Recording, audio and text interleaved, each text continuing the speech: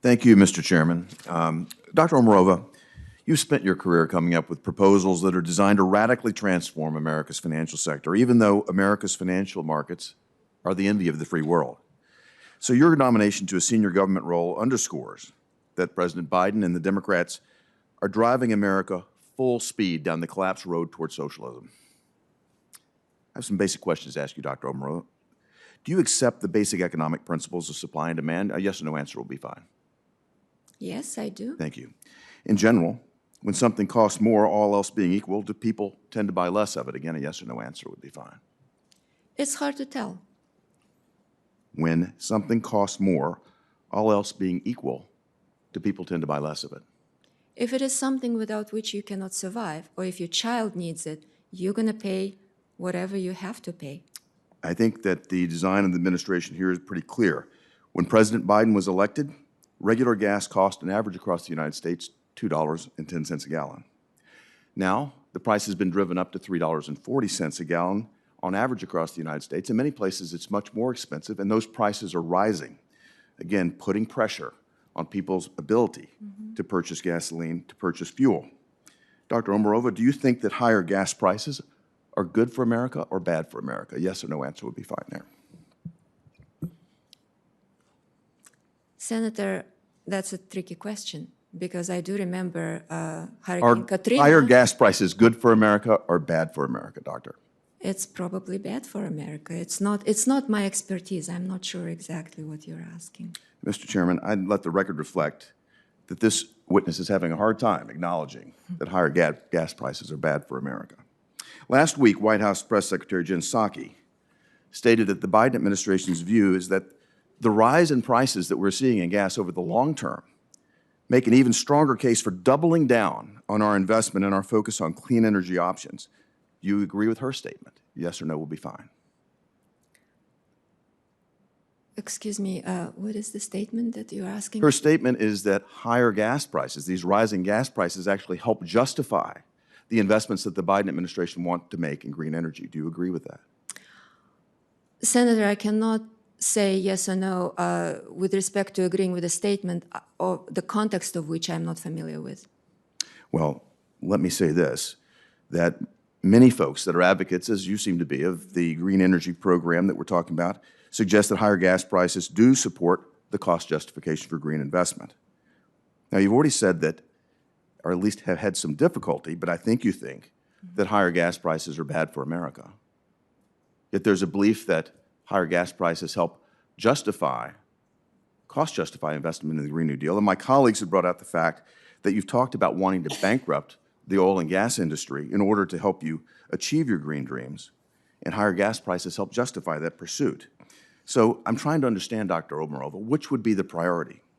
Do you want lower gas prices, which would help prevent Americans from going bankrupt, or do you want to use the authority of the OCC, of the comptroller, to bankrupt oil and gas industries, as you stated in the past? Senator, I have never stated that the OCC should use the powers of the bank regulator to bankrupt oil and gas companies. I'm going to come back to your statement. You said that, I'm going to come back to an exact quote. I think Senator Crapo read this earlier, that a lot of the smaller players in the coal, the oil, the gas industries are going to probably go bankrupt in short order. At least we want them to go bankrupt if we want to tackle climate change. This is very disturbing. I would say this, Americans are really hurting because of rising gas prices. Yet the Biden administration has taken step after step to destroy the oil and gas industry in America. They've destroyed our energy independence. They've killed pipeline projects. They're using regulatory authority to make it far more difficult to explore new oil and gas. And gas prices are going up dramatically as a result. And now we're talking about doubling down on this and putting someone into a position that can actually utilize the oversight of our financial system to cancel America's individual businesses.